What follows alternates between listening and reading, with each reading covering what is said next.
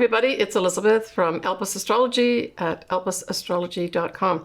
So this video is going to highlight what my take is on the astrology for April 2025. I'll also do a peek for May towards the end of my introduction. So we don't have eclipses this month, but we do have a full moon in Libra and a new moon that is in Taurus, and both Mercury and Venus will go direct this month. So there will be a month of a lot of progress forward, I feel. At least the inkling of seeing, okay, I see where we're going to go now. And where we're going to go with that, I'll talk about in a minute. So we also have Neptune that is going to be in Aries all month. And every time I look at, the glyphs for both Neptune itself and Aries, I'm always thinking of the Knights Templar.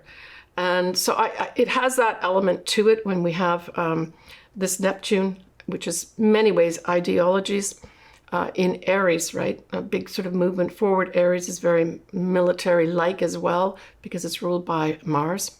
So there is that element of it. But there's also another element with this too. And it can be great creativity, right? Individual creativity, unique new ideas. And we're getting that from the Aries part of it, right? The Neptune part can bring up music, for instance. There may be some really unique individuals, that's the Aries, creating beautiful music. Maybe even art could be put in here too. Films fall in this category as well. So when we look at the 6th of April, we've got a lovely transit, and that is the Sun sextile Jupiter.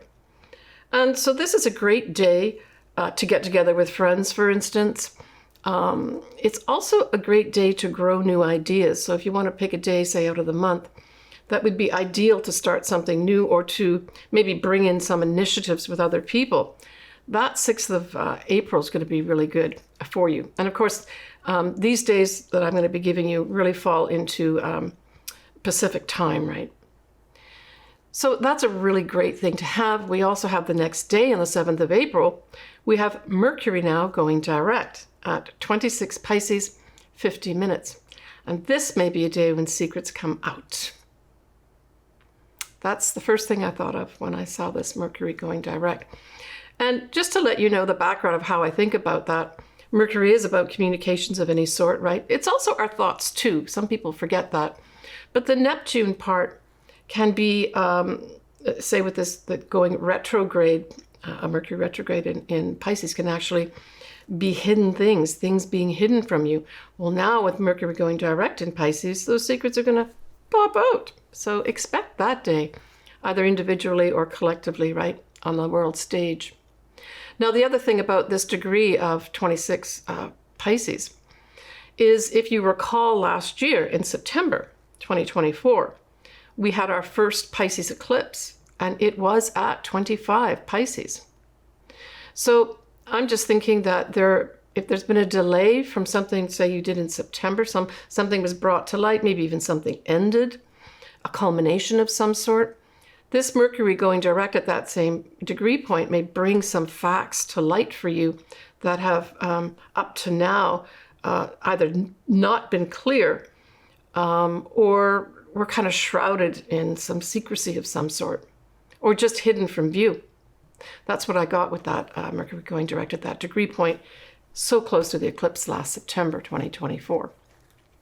So when we move on to the 12th of April, we have our first lunation, and it is a full moon. It is at 23 Libra, 20 minutes. It's at 5:24 p.m. Pacific Daylight Time. Now, the ruler of this full moon in Libra is, of course, Venus. And notably, that same day, the 12th of April, that Venus is going to be going direct. And it will go direct at 24 degrees, Pisces, 37 minutes, at 6:04 p.m. on the 12th of April. So that Venus is going direct is tied in intimately with that full moon. I'm thinking that probably this could have something to do with a female. I really got this strongly that a female is going to be stepping in here at this full moon. and able to take some action of some sort. Now, if you bring it out to sort of a more generalized areas of life, Venus can represent love, for instance. So there may be some folks say that maybe had some issues in this department, love that is. And the Venus going direct will give you an understanding of where you're really at. Maybe someone will actually get in touch with you, or you connect finally with your loved one. It can also be values, and it can also be money. So all three of these areas could start being seen as moving forward in some way, or things are cleared up in some way. I mean, you may even have potentially at this full moon money coming back to you too, because Venus can represent that as well.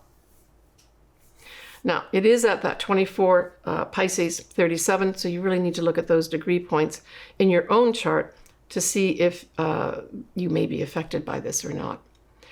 At that same full moon, we have Venus and Saturn conjunct, and both Venus and Saturn will be sextiling Uranus. Well, this could bring in some serious relationships for some folks, for sure. Yeah, and I mean, both that Venus and Saturn are in Pisces. So this is kind of like when Venus is in Pisces, it's exalted.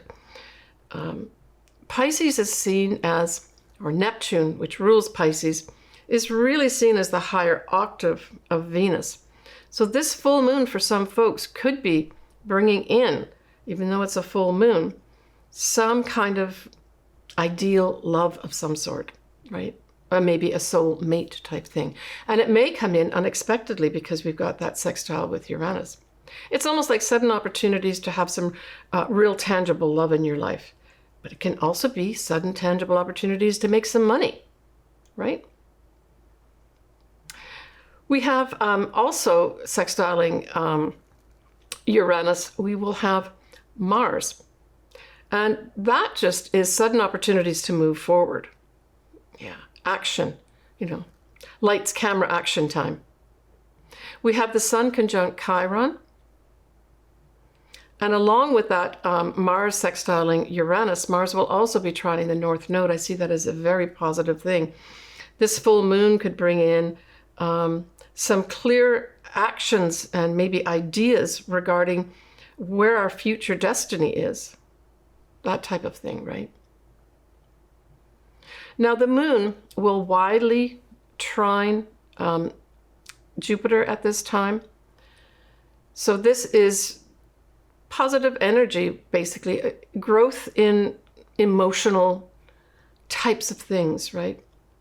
Now, because that moon, that full moon, is in Libra, and Jupiter can rule things like the law, and Libra can rule laws, there may be something come up at this full moon regarding laws of some sort. And in fact, there may even be some laws brought in at this time, or new laws made at this time.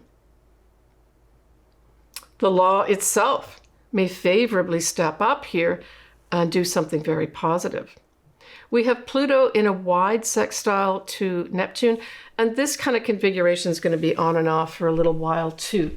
I've mentioned it before, but this is very positive. This is positive opportunities to develop maybe new ideals.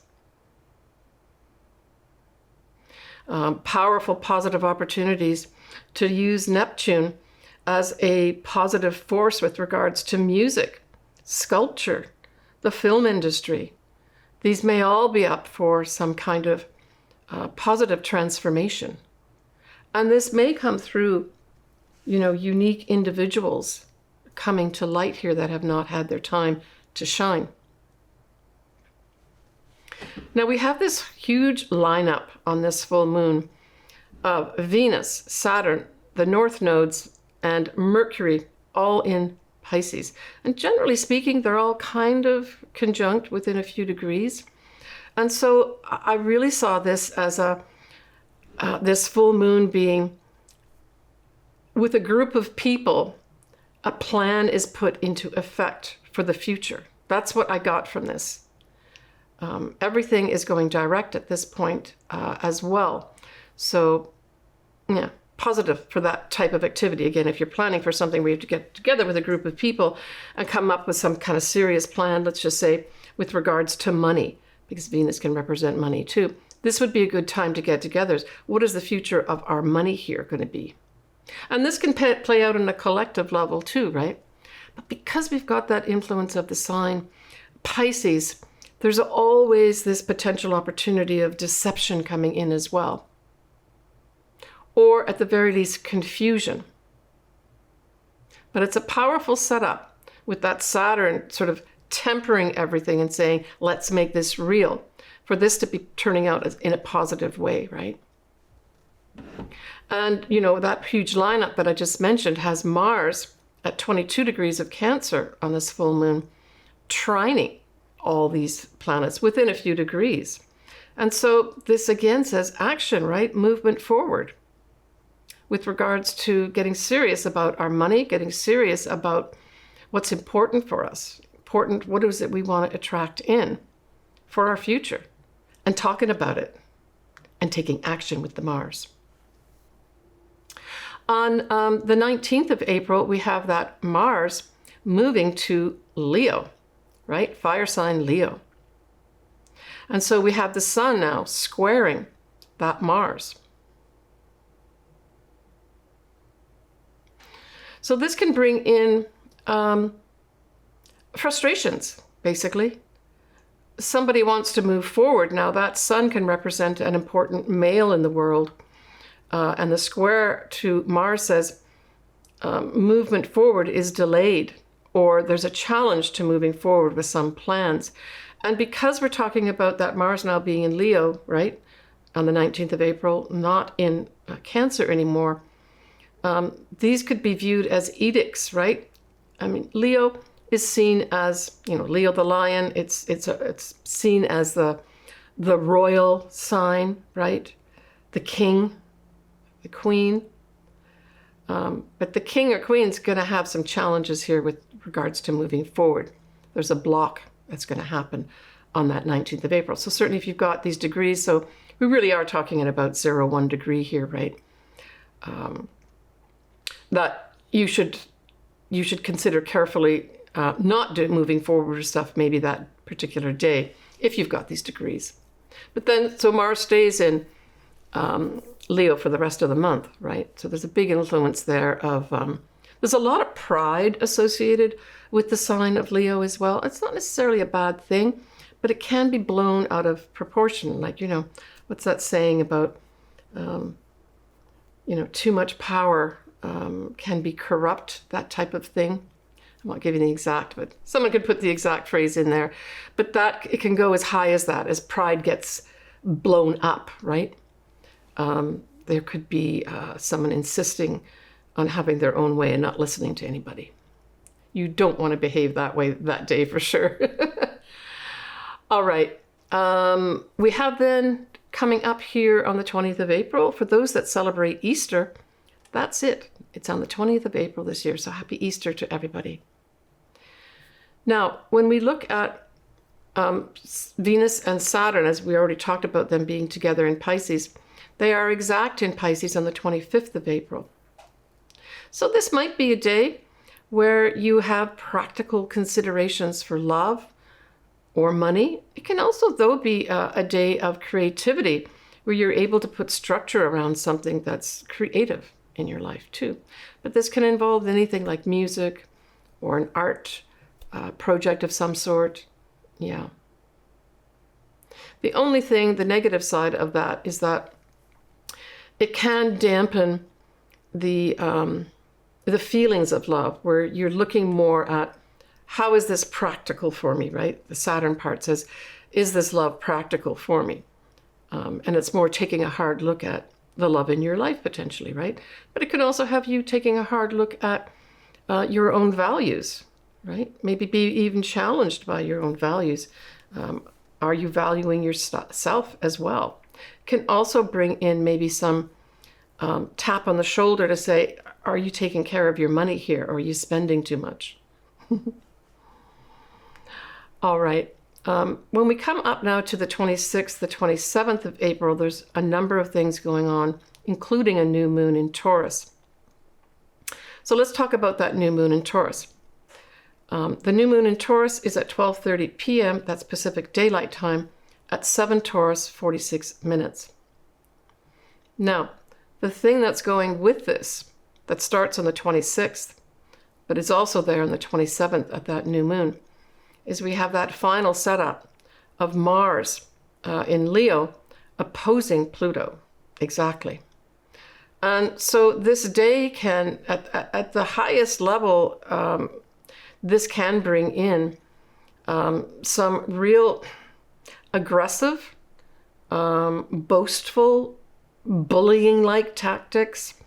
It can also even bring in treachery, that type of thing, because Pluto is powerful people, powerful things, power and transformation. And then Mars is very much about, I got to take action here, and especially in Leo, you know, you've got a lot of pride associated with the action and the power. So there may be, and I mean, if we take it down to an Earth level, this could also be a day or days around where there's kind of like explosive energy on Earth. So this could be like volcanoes, right? That type of thing. Or even earthquakes could happen around this time too. Now, that new moon also has a few other aspects happening into it. So we have Mercury, that's, as we know, already going direct, is going to be out of shadow that day as well. So when we look at the whole transit of a Mercury retrograde, as well as the Venus retrograde too, it's always a given that you should really wait for that planet to come out of its shadow period before you really make plans or you really know you've got the information that you need. So this new moon in Taurus could certainly bring out that as well, where you get, maybe you sign a contract this day. This is a new moon, right? In Taurus, signing a contract all works out for you.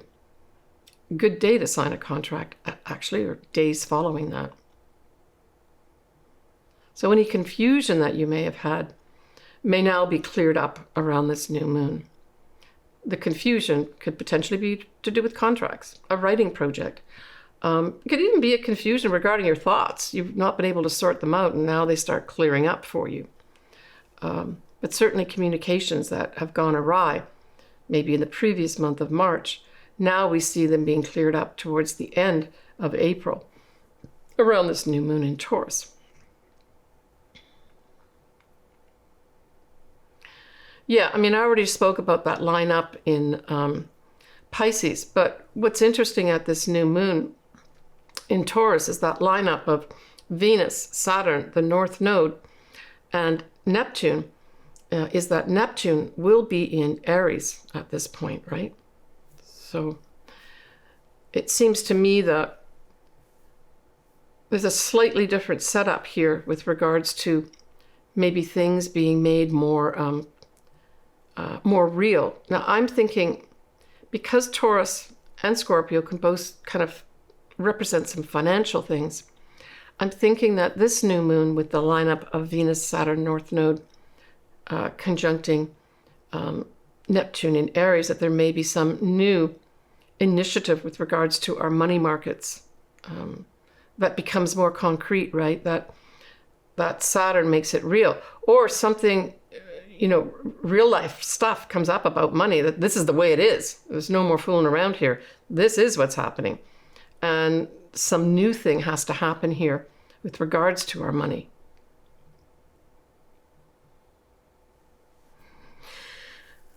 So we talked about that Mercury going out of shadow. Just to let you know, Venus will also go out of shadow, but it's not going to be till mid-May. We have Neptune is going to be widely trining that Mars that is in Leo. So now we're looking at Neptune that is going to be in Aries, and the Mars is going to be in Leo. And I think that's a lovely setup. Again, this can go back to those beautiful things that Neptune represents, which is music, many forms of art, dance, the film industry, even our own hopes, dreams, and wishes. Maybe get some action going forward here, right?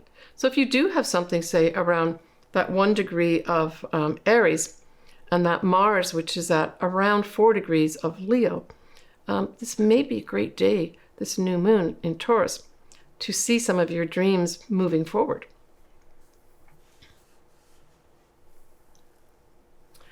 So, sort of capping this new moon in Taurus is Uranus. And Uranus will be sextiling the North Node, both the 27th all the way through the 30th of April. So this just says to me, there's sudden opportunity to break free and to move into a new path for your future. It also can represent scientific breakthroughs, or both of these things. Certainly opportunities, that's the sextile part. To break free, that's Uranus. Together with that North Nodes, it's to break free of something that maybe been holding you back, where you've not been able to get on your future destiny path. These few days, 27th to 30th of April, could really be fantastic for you, right? So we're really looking at around this Uranus is around 26 of Taurus, and then the North Nodes at 26 of Pisces. Yeah. I think it's going to be both. Scientific breakthroughs are going to come through towards the end of April, but also all of a sudden, sudden opportunities just go whoosh. We're breaking free here. All right. So now let's go into the individual sun signs and or ascendants. I suggest you look at both. Do your ascendant first to see what areas of life are being affected, and then getting more information using your sun sign. But it's entirely up to you, whatever really resonates with you. So Aquarius, we have that full moon in Libra, and it trines your sign and involves the 9th house.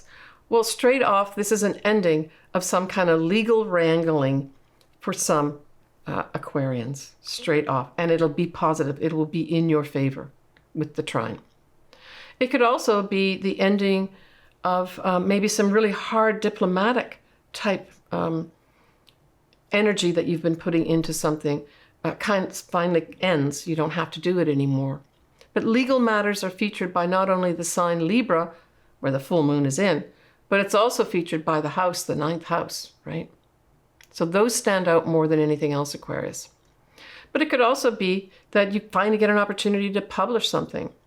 Maybe some folks that want to get advanced degrees either finish off their advanced degree or get the green light after, putting in all the stuff you had to put in to qualify to start an advanced degree. It all finally is signed off on. But travel can also be up here. There may be some Aquarians that are finishing up some fabulous travel of some sort, right? We look at that new moon that is in Taurus. Well, that squares you, and it involves your 4th house. Yeah. So the 4th house is a few things. It can literally be, Aquarius, your actual physical home. It can be your home that you were brought up in. It can be your family, and in particular, your mother. So Taurus can represent financial type, so can Scorpio, financial type matters. Can also refer to something like real estate too. So I'm thinking that something may be up here with regards to either your real estate matter, maybe you're trying to purchase a home or sell a home and there's some challenges or blocks in the way. But it can also translate into combining all these things, where maybe there's going to be some Aquarians that, your parents have died and their house has to be sold. And, not everybody in the family is agreeing how to do it. That could be up. Or there's just lots of discussions where not everybody is on the same page. But it could also be a new start, say for a family member, maybe your mother has to have a new start in a home, maybe going to an assisted living home, and you're tasked with actually putting her in that home, getting the old home, made up for sale, getting rid of everything that's in there, and then relocating her or relocating a family member. But it's a new start here of some sort. Yeah. I mean, straight off, I'm thinking that some Aquarians may be buying a new home and some issues come up regarding it that you have to take care of. So if you're listening to this in March, when I'm making it, towards the end of March, you and you're purchasing a home or in the process of doing that or planning on doing that in April, make sure you're checking off all the boxes and get the experts to come in to make sure everything is right, because you could run into some challenges later. Yeah, and I mean, we have that final Mars opposite Pluto around the 21st of April or so, carrying right the way through for a few days. And so I would say that, you know, you may have to deal with people in power. It doesn't have to be bad. With Mars opposite Pluto, it just means that you're going to have to be answering to those in authority. They may require you to take some action, say, regarding this home situation or family situation. Or you may have to approach some folks in power to, you know, garner their assistance to make something happen here. Yeah, maybe it's even, you know, the municipal government of some sort involved with your home that they need to take action on. And it's your challenge to kind of push it all forward. But hey, that full moon for you in Libra in your 9th house, if you are in some kind of legal matter of some sort, or even legal matter with regards to signing some significant contracts, that trine is going to assist you very, very positively, Aquarius. And of course, you've got Pluto now fully ensconced in your sign. So transformation, you know, that's like the caterpillar turning into the butterfly. That's you now over the next many, many years. Take care, Aquarius. Okay. I'm wishing everybody a happy Easter. Sending everybody lots of love. And seek out happiness and harmony this month is what I would say is your watchwords. And if you want to have your chart done, you know, just shoot me an email. All my contact info is below. You can go to my website as well and check out my services. That is also below too. Leave your comments. You know, I always love hearing from you. Sending everybody lots of love, lots of happiness, and lots of chocolate Easter eggs. Bye for now, everybody.